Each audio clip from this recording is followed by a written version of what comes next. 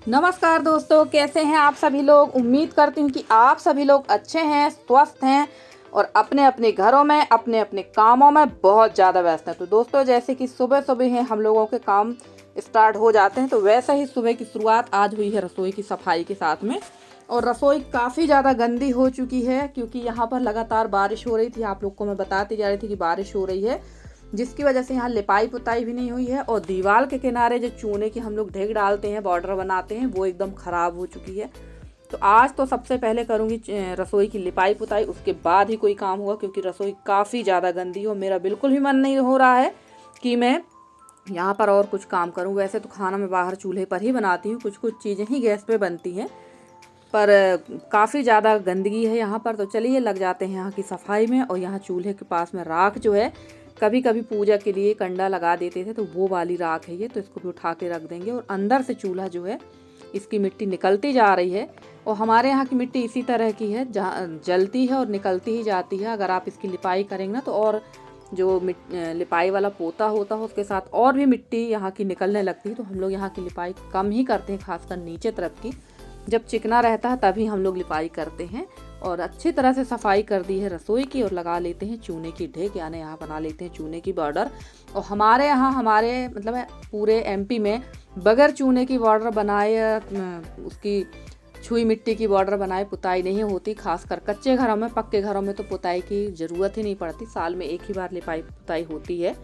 और अब तो साल में भी नहीं होती है, लगभग 2-2, 3-3 सालों में अब लिपाई पुताई होती है पक्के वाले घरों की। तो फिलहाल तो मेरा घर कच्चा है, तो यहाँ पर तो हम लोग ऐसे ही लिपाई करते हैं। और बहुत लंबे समय के बाद यहाँ की लिपाई पुताई हो रही है। लगभग 20 से 25 दिन हो गया, और बल्कि ज़्यादा ही हो गया होगा रसोई की लिपाई हुए। तो चलिए, यहाँ पर मैंने चूने से पूरी पुताई कर ली थी और उसके बाद करूँगी मैं लिपाई। और इन दिनों जो गोबर है गाय का, वो बहुत अच्छा एकदम हरा हरा गोबर है। तो हरे गोबर की वजह से ना तो इसमें मिट्टी मिलाने की ज़रूरत पड़ रही है और ना ही किसी प्रकार की और कुछ चीज़ों की ज़रूरत पड़ेगी इसमें कि लाल मिट्टी मिलाओ या पीली मिट्टी। तो हरे गोबर की लिपाई बहुत अच्छी लगती है। तो यहाँ करेंगे अच्छी बढ़िया लिपाई। और इन दिनों तो चारों तरफ हरियाली ही हरियाली है सभी जगह, क्योंकि सावन का महीना भी है और हरियाली काफ़ी अच्छी हो जाती है। तो इस समय गाय वगैरह का जो पेट है वो भी बहुत अच्छी तरह से भर रहा है, क्योंकि हरियाली हो चुकी है और धान वगैरह की बोनी वगैरह भी चल रही है। तो अभी तो मेरे घर में, यानी पर्सनली मेरे यहाँ धान की बोनी अभी नहीं हुई है, क्योंकि खेती वाला काम, मैंने आपको पिछले ब्लॉग में भी बताया था कि खेती वाला काम हमारे यहाँ हमारे हस्बैंड लोगों से उतने अच्छे से नहीं आता है, क्योंकि इन लोगों ने कभी खेती का काम किया ही नहीं, बहुत कम ही किया है। अपने काम धंधे पर ही लगे रहते थे। ससुर जी थे तो वही सारा मैनेजमेंट करते थे घर का, क्योंकि जब से मेरे ससुर जी रिटायर हुए थे तो खेती बाड़ी का काम वही देखते थे। और सच कहूँ तो अब उनके जाने के बाद ये बहुत बड़ी दिक्कत हो चुकी है हम लोगों को, बहुत ज़्यादा परेशानी भी हो रही है। और परेशानी इसलिए भी होती है क्योंकि हम लोग 2 ही लोग हैं यहाँ पर। एक बेटी है तो वो तो अब खेती बाड़ी का काम करेगी नहीं, और मैं खेत वगैरह जो गांव में जो खेती है वहाँ तो जाकर देख सुन लेती हूँ, पर बाहर नहीं जा पाती हूँ। तो चलिए देखते हैं, अब जो भी काम होगा सभी करना पड़ेगा। और हम लोग हस्बैंड वाइफ 2 लोग ही हैं, तो काम तो हम लोग दोनों को ही संभालना पड़ेगा। और काफ़ी सारी जवाबदारियाँ हो जाती हैं घर की। और मैंने कभी सोचा नहीं था कि इतनी बड़ी जवाबदारी, इतनी बड़ी रिस्पॉन्सिबिलिटी जो है भगवान मेरे ऊपर रख देगा। तो चलिए, जब जवाबदारी ऊपर वाले ने दी है तो कुछ सोच समझ के ही दी होगी, और बस उसको निभाने की शक्ति मुझे दे, मैं यही भगवान से प्रार्थना करती हूँ। और कल के ब्लॉग में हमारी एक सिस्टर जी ने कमेंट किया है कि दीदी जी डोंट माइंड, आपकी एक ही बेटी है क्या? तो जी हाँ, मेरी एक ही बेटी है, और मेरे बेटे नहीं हैं और ना मेरी और दूसरी संतान है, सिर्फ मेरी एक ही बेटी है। तो चलिए, रसोई की लिपाई पुताई मैंने कर दी थी और खाना वगैरह भी मेरा कंप्लीट हो गया था, और मैं जा रही थी चूड़ी लेने के लिए। तो सावन का महीना है तो हरी हरी चूड़ियाँ ले ही लेते हैं, क्योंकि सभी लोग पहन रहे हैं। और इस समय मैंने अभी तक चूड़ियाँ नहीं पहनी है हरी। तो देखते हैं किस दिन हरी चूड़ियाँ पहनते हैं। लेकर तो मैंने रख ली है। और ये है हमारे घर के सामने का व्यू। और देखिए, यहाँ पर इतनी ही हरी चूड़ियाँ बची थी, तो मैंने सोचा चलो ले लेते हैं। वैसे चूड़ियाँ तो काफ़ी सारी रखी हैं, पर सावन के महीने में हरी चूड़ियाँ पहनना बहुत अच्छा लगता है। और सभी महिलाएं जो है हरी चूड़ियाँ पहनती हैं, सभी लोगों को बहुत पसंद आता है हरी चूड़ी पहनना। तो वही मैं भी ले रही थी। वैसे तो मुझे जाना था लेने के लिए, पर ये आ गई थी बेचने के लिए, तो इन्हीं से ले लिए। और सिर्फ इतनी ही हरी चूड़ियाँ बची थी इनके पास। और ये बता रही थी कि कम से कम मैं 8 बंडल जो है हरी चूड़ियाँ का लेके आई थी, जिसमें से सिर्फ ये 2 ही बचे हैं, बाकी तो सारी चूड़ियाँ बिक गई हैं। तो मैंने भी सोचा चलो ले ही लेते हैं, एक एक दर्जन मैंने भी ले ली थी। और चूड़ियों का नाप काफ़ी बड़ा था ये, तो जो छोटा सा साइज था वो ले लिया। वैसे तो मेरा जो राइट हैंड है वो बहुत ही ज़्यादा टाइट है, इसमें बड़ी मुश्किल से चूड़ियाँ जाती हैं। और चूड़ियाँ पहनने के लिए मुझे ना सोचना पड़ता है, जैसे कहीं शादी फंक्शन वगैरह में भी आओ जाओ ना, तो काफ़ी सारी सिस्टर हैं उनके हाथों में तो बहुत जल्दी जल्दी चूड़ियाँ चली जाती, पर मेरा जो राइट हैंड है ये बहुत ज़्यादा टाइट है, तो इसमें बड़ी मुश्किल से चूड़ियाँ जाती। सबसे बड़ा नाप जाता है मेरे राइट हैंड में, तो इससे मुझे बहुत ज़्यादा दिक्कत होती है। और ये है हमारे गांव का व्यू, देख लीजिए आप लोग चारों तरफ का। और बादल काफ़ी घने थे पर बारिश बिल्कुल नहीं हुई, एकदम धूप हो रही है। और हम लोग तो चाह ही रहे हैं कि थोड़ा सा मौसम अभी नरम गरम सा बना रहे, ताकि हमारा जो काम रुका हुआ है वो भी हो जाए। और ये है चारों तरफ का व्यू जो मैं आपको दिखा रही थी। ये हमारी यादव चाची का घर है पीछे, जहाँ हम लोग चूड़ी ले रहे थे। हमारे पीछे ये यादव चाची लोगों का घर है। तो सामने से यादव चाची का घर इस तरह से दिखता है, और पीछे आप लोगों ने देखा है कि हमारे घर के सामने जो बाड़ी है वो हमारी यादव चाची की है। तो चलिए आज आपको हमने यादव चाची का घर भी दिखा दिया। और चूड़ी लेकर मैं आ गई थी। और ये दोनों जो वहाँ खड़ी हुई थी वो यादव चाची की बहुएं थी, तो उनको भी मैंने एक एक दर्जन चूड़ी खरीद दी थी। कि उन लोग मेरे से बोलने लगी कि हमारे लिए भी खरीद दो, तो उन लोगों के लिए भी मैंने एक एक दर्जन चूड़ी ले दी है। और घर आके खाना पीना खाने के बाद ये सारे कपड़े मैं फैला दूंगी, क्योंकि मशीन पर लगा रखे थे मैंने कपड़े। और इन दिनों तो मशीन पर ही कपड़े धो रहे हैं और ड्रायर उसी में कर रही हूँ। और कपड़े इस समय ज़्यादा गंदे नहीं होते हैं, पर मुझे धोना थी बेडशीट वगैरह, क्योंकि बेडशीट बहुत ज़्यादा गंदी थी। इस वजह से मुझे मशीन भी लगाना पड़ी और ड्रायर में भी कपड़े डाल दिए ताकि जल्दी सूख जाएं, क्योंकि बारिश का कोई भरोसा नहीं रहता, कब बारिश हो जाए कब धूप निकल आए। और कपड़े फैलाने के बाद हम लोग पहुंच गए हैं हमारे घर पर, या जो नया वाला घर बन रहा वहाँ पर। और यहाँ पर हो रही है सेंटिंग, मैंने आप लोग से बताया भी था शायद। और काफ़ी कमेंट आ रहे थे कि दीदी आप अपना नया घर दिखाइए, नया घर दिखाइए। इसी वजह से मैं आप लोग को अपना नया घर नहीं दिखा रही थी, क्योंकि अभी यहाँ सेंटिंग का काम चल रहा हो। लगभग 1 महीने तो ये दिखाने लायक रहेगा ही नहीं, क्योंकि जैसे ही इसमें लेंटर होगा उसके बाद 21 दिन के बाद सेंटिंग खुलती है। तो मैंने कहा चलिए आज थोड़ा सा आप लोग को दिखा देते हैं, क्योंकि काफ़ी सारे कमेंट आपके आ रहे थे। और सच कहूँ तो इतना बड़ा घर बनवा तो लिया है, परेशानी भी बहुत ज़्यादा हो रही है, क्योंकि घर में पैसा भी बहुत अधिक लगता है। और इतना बड़ा घर बनवाने के बाद अब हम लोग को लग रहा है कि हम लोगों ने बहुत बड़ा घर बनवा लिया। और हमारा जो घर बना हुआ है वो मेन रोड पर ही बना है, क्योंकि जो हमारा पुराना घर है जहाँ अभी हम लोग रहते हैं ये थोड़ा सा अंदर पड़ जाता है, और ये जो घर है एकदम मेन रोड पर है। यहाँ से किसी प्रकार की दिक्कत नहीं होगी हम लोगों को। पर यहाँ पर अभी सेंटिंग का काम है, चल रहा है। ये देखिए आप लोग को वही मैं दिखा रही थी। तो थोड़ा सा वीडियो जो हमारे ऋषभ भैया ने बनाया है, तो थोड़ा सा कैमरा हिल रहा था, पर उसने जैसा भी बनाया अच्छा बनाया है, तो मैंने उससे बोला था कि चलो थोड़ा सा दिखा देते हैं। और लगभग सेंटिंग पूरी कंप्लीट हो गई है। इसके बाद बिछना है यहाँ पर लोहा, तो लोहा भी हम लोग इसमें बिछवा देंगे। और बस यही प्रार्थना कर रहे हैं ऊपर वाले से कि जब हमारे यहाँ लेंटर हो जिस दिन, उस दिन बस पानी ना गिरे, ताकि मेरा काम हो जाए।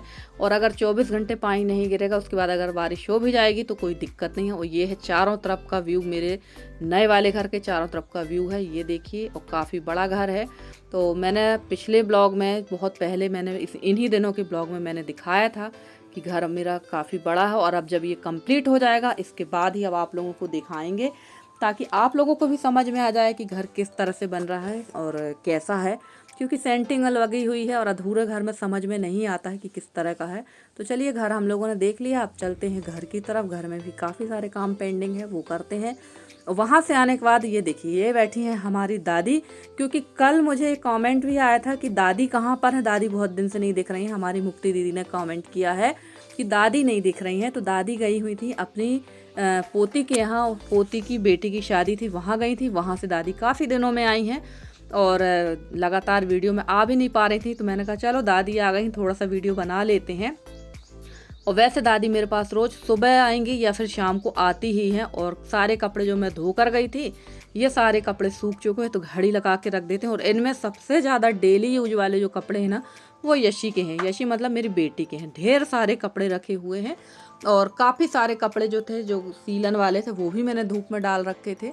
तो सारे कपड़े धो के उनकी तह लगाकर मैंने रख दिया है। और उसके बाद बैठ गई थी मैं यहाँ अमरूद की चटनी बनाने के लिए। अब आप लोग बोलेंगे इस मौसम में अमरूद की चटनी, तो जी हाँ, मैं जहाँ गई थी वहाँ से लौटते समय यादव चाची का घर पड़ा, वहाँ बिही लगी हुई थी, यानी अमरूद लगी हुई थी, वो मैं तोड़ कर ले आई थी। और सबसे पहले मैंने सारी अमरूदों को एक एक करके काट कर चेक किया था कि कहीं इसमें कीड़े तो नहीं। तो कीड़े बिल्कुल नहीं थे, पर टेस्ट वैसा ठंड वाला टेस्ट नहीं था अमरूद में। जैसा ठंड में रहता है। पर मैंने कहा चलो चटनी बना ही लेते हैं, क्योंकि इन दिनों कुछ चटपटा खाने का मन होता है। और मेरी तबीयत भी अचानक से ख़राब हो गई थी। पता नहीं मेरा बीपी बढ़ा था या मेरा बीपी लो हुआ था, कुछ समझ में नहीं आ रहा था। क्योंकि जब मैं वहाँ से आई तो यशी से मेरे हाथ पैर एकदम काँप रहे थे, बहुत ज़्यादा पसीना पसीना थी मैं। और ये देखिए, ये है रसोई का लुक लिपने के बाद। और फ्रिज मैंने खोल रखा था, क्योंकि फ्रिज में बहुत सारी आइस जमी हुई थी, वो मैं निकाल रही थी। और फ्रिज बंद करके मैंने खोला था। और जैसे कि मैंने बताया कि मैं जब घर से नए वाले घर से लौट के आई थी, मेरी तबीयत कुछ ठीक नहीं लग रही थी। तो मैंने सोचा थोड़ा सा खाना बनाना तो पड़ेगा ही। तो सबसे सरल मैंने बना ली था आलू के पराठे, और चटनी पीस के तो मैंने रख ही ली थी। तो आलू के पराठे बनाए। थोड़ी देर लेटने के बाद मुझे कुछ अच्छा लगने लगा, फिर मैं बनाने बैठ गई थी यहाँ आलू के पराठे। तो आलू तो उबाल लिए थे पहले ही, और इसमें डाल दिया है सारा मसाला जो बेसिक सा हमारे पास रहता है। हरी धनिया नहीं थी, सूखी वाली धनिया, मिर्ची, जीरा, नमक, थोड़ी सी कसूरी मेथी, और थोड़ा सा मैंने इसमें गरम मसाला डाला है। थोड़ा सा डाल देंगे चाट मसाला, और आप तो अपने अकॉर्डिंग सारे मसाले डाल सकती हैं। तो सारे मसाले डाल के रख देंगे। और जब तक ये तैयारी हो रही थी, मैंने चढ़ा दिया था चूल्हे पर दूध। तो दूध भी हमारा पक जाएगा। और ये सारा आटा वगैरह मैंने गूँथ के पहले ही रख लिया था। और इन दिनों तो सब्जियां बहुत ज़्यादा महंगी हैं। और हमारी मीनू सिस्टर बोल रही थी कि आप ये ककोरा क्या होता है वो दिखाइएगा। तो मैं मीनू जी के लिए स्पेशली ककोरा लेकर आई हूँ। तो वो मैं आपको अगले ब्लॉग में ज़रूर दिखाऊंगी ककोरा क्या होता है और कैसा दिखता है। तो चलिए यहाँ बना लेते हैं फटाफट से आलू के पराठे और अमरूद की चटनी। तो आलू के पराठे और अमरूद की चटनी, वैसे खाने का जो टेस्ट है ना वो ठंड में ही आता है। और अमरूद की चटनी वगैरह है, आलू के पराठे वगैरह, ये सारी चीज़ें ठंड की ही हैं। मुझे तो उतना टेस्ट नहीं आया जैसे ठंड में लगता है। तो आप लोग भी बताइएगा कि सही बात है या गलत है, ठंड में ही इन चीज़ों का स्वाद अच्छा लगता है या अभी अच्छा लगता है। तो ये चीज़ आप लोग ज़रूर बताइएगा मेरे को। और फ्रेंड्स, मैंने कल के वीडियो में किसी के कमेंट के जवाब दिए हैं, किसी की नहीं दिए हैं। तो कल मैं थोड़ा ज़रूरी काम से बाहर चली गई थी, जिसकी वजह से मैं आप लोग के कमेंट के जवाब नहीं दे पाई हूँ। तो वो मैं आप लोग को सारे लोगों को रिप्लाई करूँगी।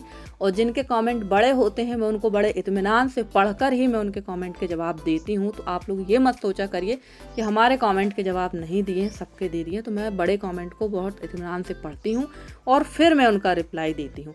तो चलिए यहाँ बनने लगे हमारे पराठे। और यशी को मैंने दे भी दिया था खाने के लिए, क्योंकि उसको पढ़ाई भी करना थी। और फ्रेंड्स, आप लोगों को मेरे वीडियो कैसे लगते हैं? अगर आप लोगों को मेरे वीडियो पसंद आते हैं तो प्लीज़ मेरे वीडियो को लाइक करें, शेयर करें, मेरे चैनल को सब्सक्राइब करके। जिस तरह से आप लोग अपना सहयोग और स्नेह मेरे साथ बनाए हुए हैं, इसी तरह से आप लोग अपना सहयोग और स्नेह मेरे साथ बनाए रखें। मैं पूरी कोशिश करती हूँ कि आप लोगों के लिए बहुत अच्छे से अच्छी वीडियो लेकर आती रहूँ। और मेरे जितने नए सब्सक्राइबर हैं, पुराने सब्सक्राइबर हैं, जितने मेरे व्यूवर्स हैं, मैं उनका तहे दिल से बहुत बहुत धन्यवाद कहना चाहती हूँ कि आप लोगों के सहयोग और स्नेह की वजह से आज मैं यहाँ तक हूँ।